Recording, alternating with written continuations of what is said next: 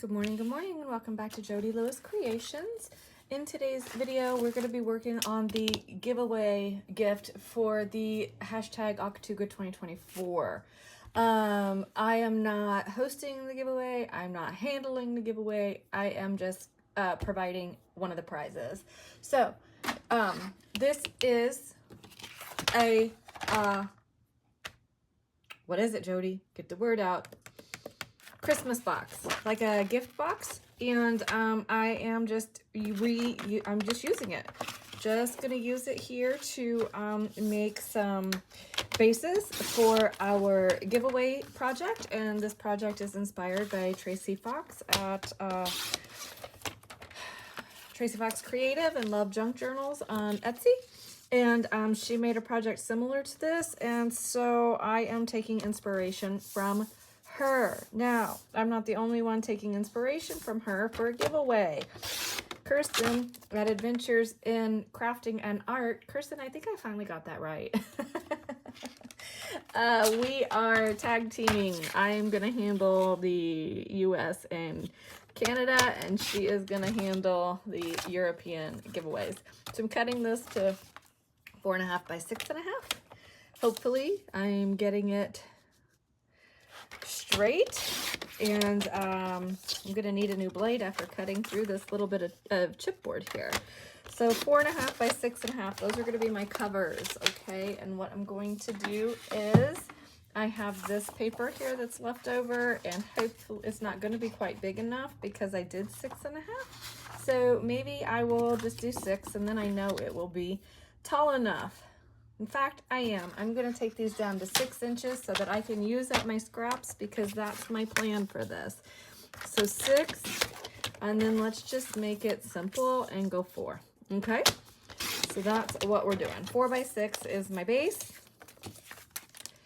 Same here. 6, pay attention, because you've already used the other half of this box, and this is awesome because this box has been sitting in my recycle all summer. And it's time to use it up. So it's the box that I was hauling my 12 Days of Christmas gifts around in last winter. And it has seen better days, as you will see in another video. Okay, so what I'm going to do is I'm going to use my PVA glue, not my liquid matte medium this time. I'm using my PVA glue. And I'm going to get the front and back covered with this paper, and that will allow it to dry so we can trim it down and continue on our project.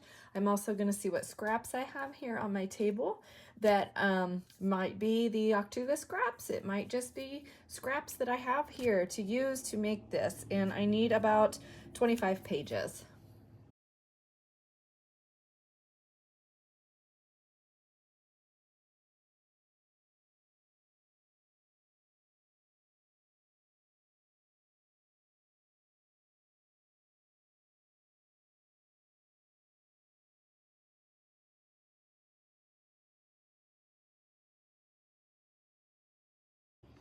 Okay, so I've let it dry. I've gathered some paper here. I think I've got 28 sheets of paper.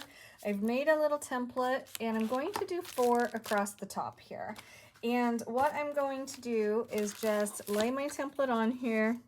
I have my depth set on my long arm, and I'm not sure that my long arm is the best tool for this, but it's what we're gonna do. So I am just marking my circles here with my pencil so I know where they need to go.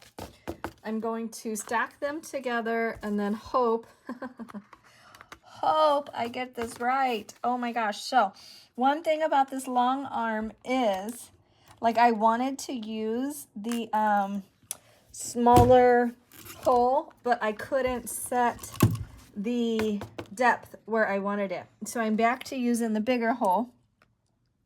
And I have my head cocked sideways and my tongue held just right. And I'm trying to, I decided to go with 4 holes. Tracy did 2 holes on hers, but some of the sizes of paper, I was concerned about just using 2 holes, whether or not it would actually grab all of the pages. So I went with 4 holes just to make sure that each piece of paper had at least 2 bits of string through it. So I've got my front and my back cover here. So I'm going to set that aside, and then I'm going to take my template and do the same thing on my top piece here and just mark our circles. And then if I have any pencil mark left on this, I will erase it when I'm done. This is going to be a test. I have no idea if this is all going to fit or not. No clue. Oh, I can't even see what I'm doing here. Yep. Head held sideways, tongue held sideways. Then punch it. Punch it. All right. So some of this is scrap. Some of this is papers that I've taken out of my stash just to, I realized I didn't have as much scrap as I had thought I had, and that's okay. I wanted just to have some interest, and then once it's all done and we have it bound, ouch, don't put your fingers in between there when you do that. Once it's all bound, when we're done, we'll do a flip through. I'm going to decorate it a little bit, and I had taken some time to back some of the leftover ephemera pieces, so that way I would have things that we could decorate this with, put in pockets, whatever. So nice and neat, all lined up. So now what we're going to do is what are we doing? Just getting my jute here. Ouch. And I'm just going to feed this through the front to the back. And then Tracy had said she left like a pencil width and that wasn't enough. So she suggested a Sharpie to add more, here like this. So when we pull this tight, which I'm not going to do right now, but we're going to tie a knot in this, but you leave that so that way you've got room for your pages to flip, and I think it'll be fun when it's all done. My throat is really scratchy, so I'm going to tie this off camera because I can feel a coughing fit coming on, but you can see what I'm doing. If you have any questions, make sure you ask me in the description box below. We'll also try to remember to link Tracy's video because her explanation is far better than mine is. But it's just a really cute way to make a little bit of a scrappy notebook. But you want to make sure you use something for some. You don't want to tie it tight. If you tie it tight, it's going to bind. It's not going to allow you to flip it. So that's super important. Okay, so I have all my strings cut, and hopefully the coughing fit won't come back. I apologize. That really is making it difficult for me to film with having whatever going on that I have going on. Okay, so this I'm just going to bring around, and I'm just going to tie it. I'm loosely tying it, but I'm tying it in a square knot. Okay? And we're going to do that for all of these. And then, I hope that was a square knot. I was talking and not doing left over right, right over left, or whatever. Had drilled into my head back in my Navy days.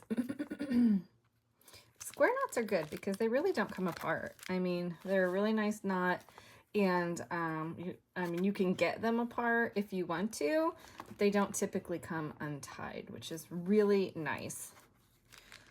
Okay, so pull that out. Pull these out,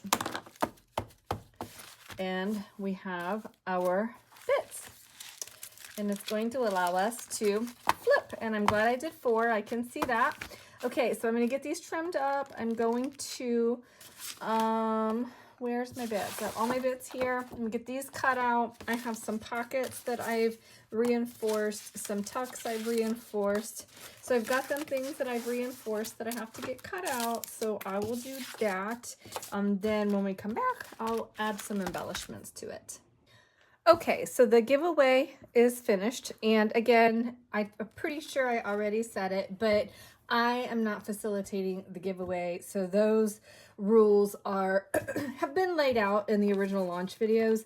There is some speculation that maybe the giveaways are what's caused some problems with the AI stuff. But anyway, so I'm trying to be very careful what I say because I don't have time to fight with YouTube over my channel. So this is the giveaway. I'm not going to give a total flip through because it's got to be a surprise for whoever gets it, right? But anyway, so again, Tracy has a how-to on this, and I'm going to try really hard to link her video in the description box below. If I happen to forget, or somebody's like, you didn't do it, and I really want to watch somebody who's a little more organized than you, please remind me. I will go edit the description. So I'm purposely kind of skipping some pages here. There's some stuff in pockets.